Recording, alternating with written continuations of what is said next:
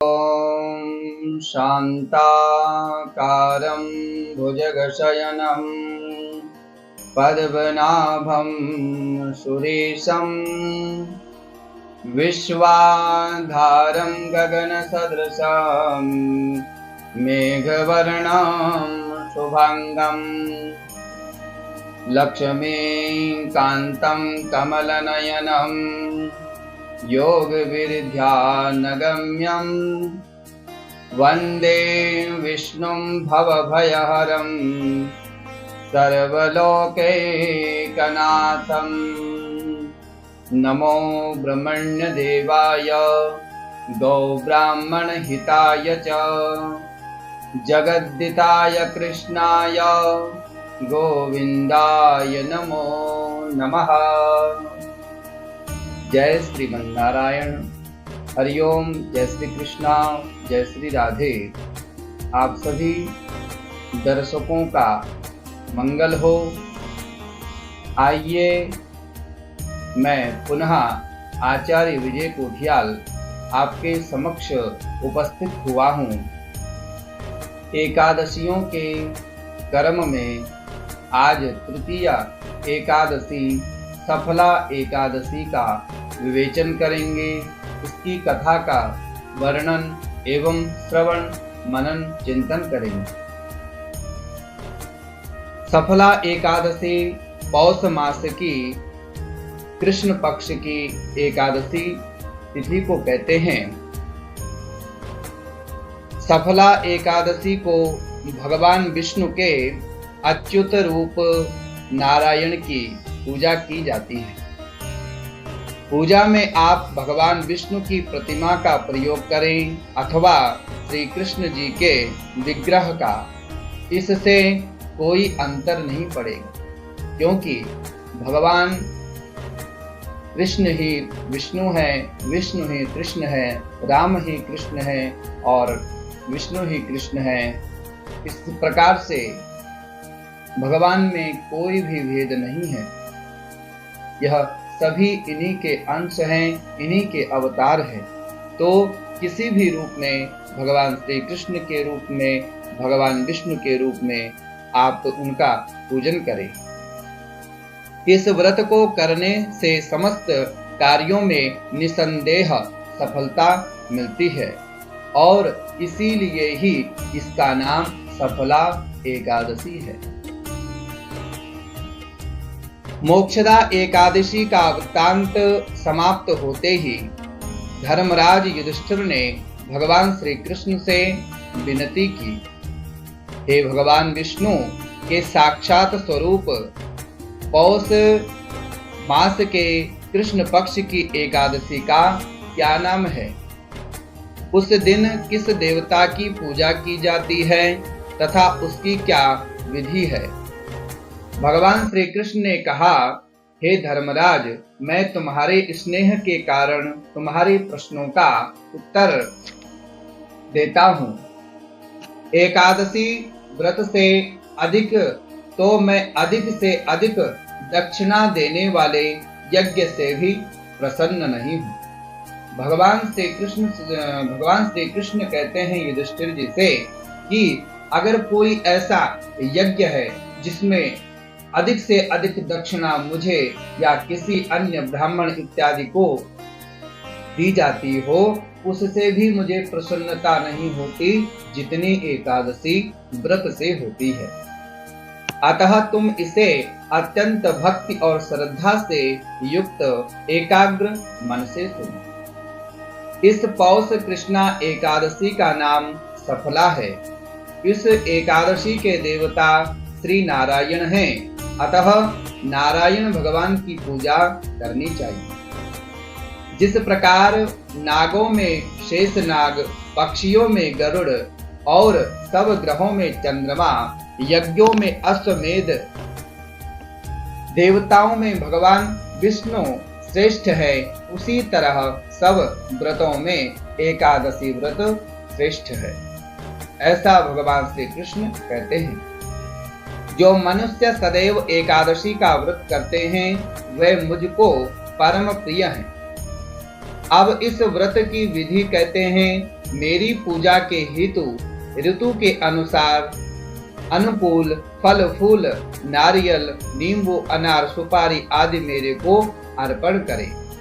धूप दीप नैवेद्य आदि से मेरी षोडशोपचार पंचोपचार यथाशक्ति पूजन करें। इस एकादशी के व्रत के समान यज्ञ तीर्थ दान तप तथा कोई दूसरा व्रत नहीं है।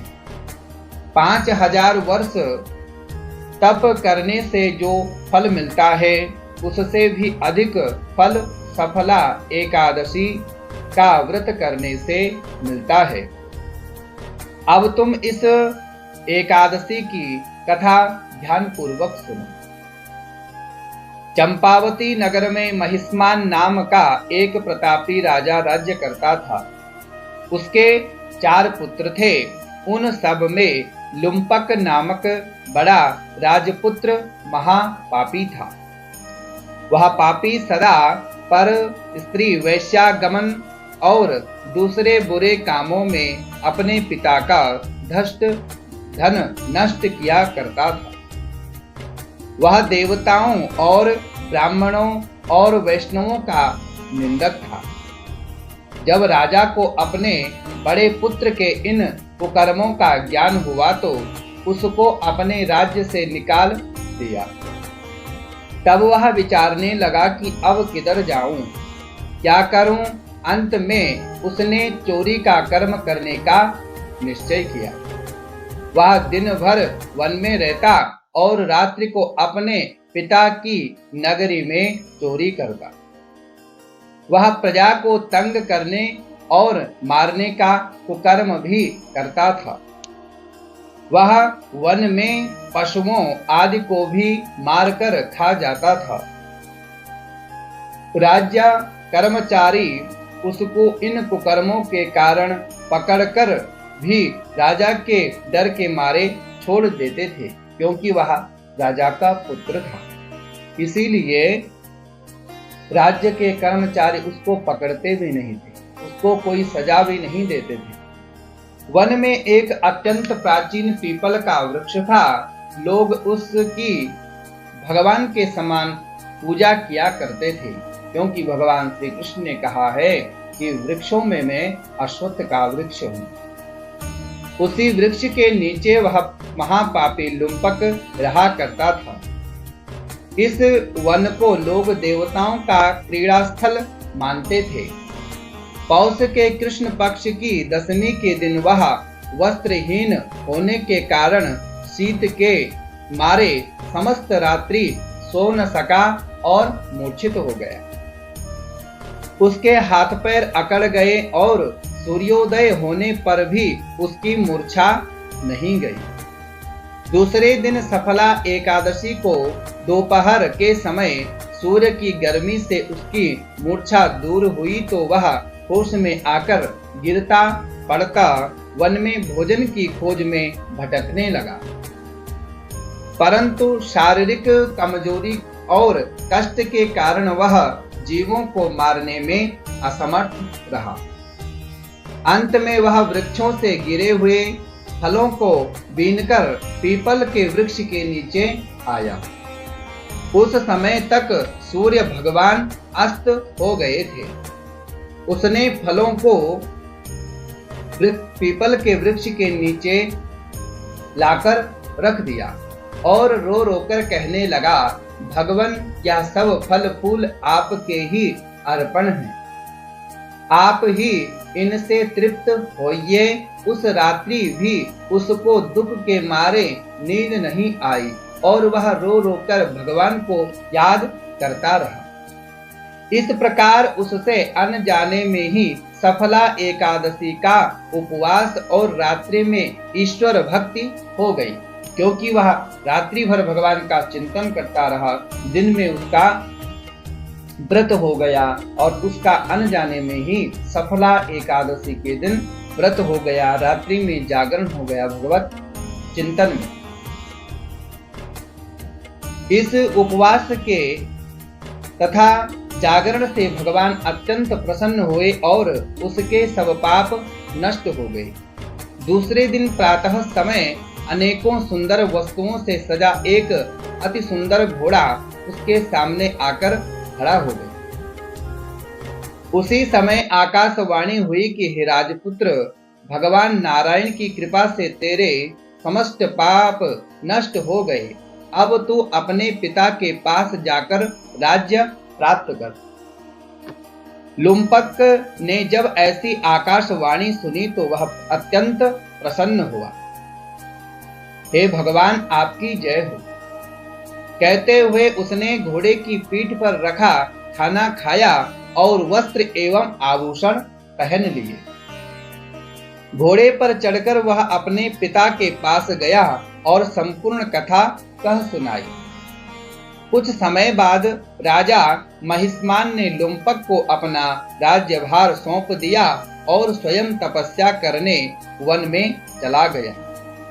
अब लुम्पक शास्त्रानुसार राज्य करने लगा। उसके स्त्री पुत्र आदि भी नारायण के परम भक्त बन गई। वृद्धावस्था आने पर वह अपने पुत्र को गद्दी देकर भगवान का भजन करने के लिए वन में चला गया और अंत में विष्णु लोक को प्राप्त हुआ।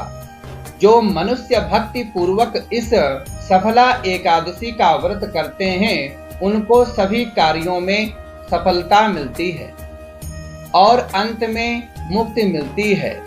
जो मनुष्य इस एकादशी का व्रत नहीं करते वे पूंछ और सींगों से रहित पशु के समान है। इस सफला एकादशी के व्रत का प्रभाव तो अनंत है ही, इसके महात्म्य के पढ़ने अथवा सुनने से भी अश्वमेध यज्ञ का फल प्राप्त होता है। इसीलिए अवश्य ही एक सफला एकादशी एवं समस्त एकादशियों का व्रत रखें और ना हो सके तो इनकी कथाएं, इनका महात्म्य अवश्य ही श्रवण करें, जिससे आप सभी का, हम सभी का कल्याण निश्चित है। हरिओम, जय श्री राधे, जय श्री कृष्ण। आशा करता हूँ कि आपको यह कथा, यह वीडियो भी अवश्य ही पसंद आई होगी। अगर इससे आप प्रसन्न हैं, आपको अच्छी लगे तो हमारे इस वीडियो को लाइक करें, अपनी प्रतिक्रिया कमेंट बॉक्स में दें और चैनल को सब्सक्राइब करें। तो बने रहें अगली वीडियो के लिए। दूसरी पुत्रदा एकादशी का विवेचन करेंगे। तब तक के लिए हरिओम, जय श्री राधे, जय श्री कृष्ण।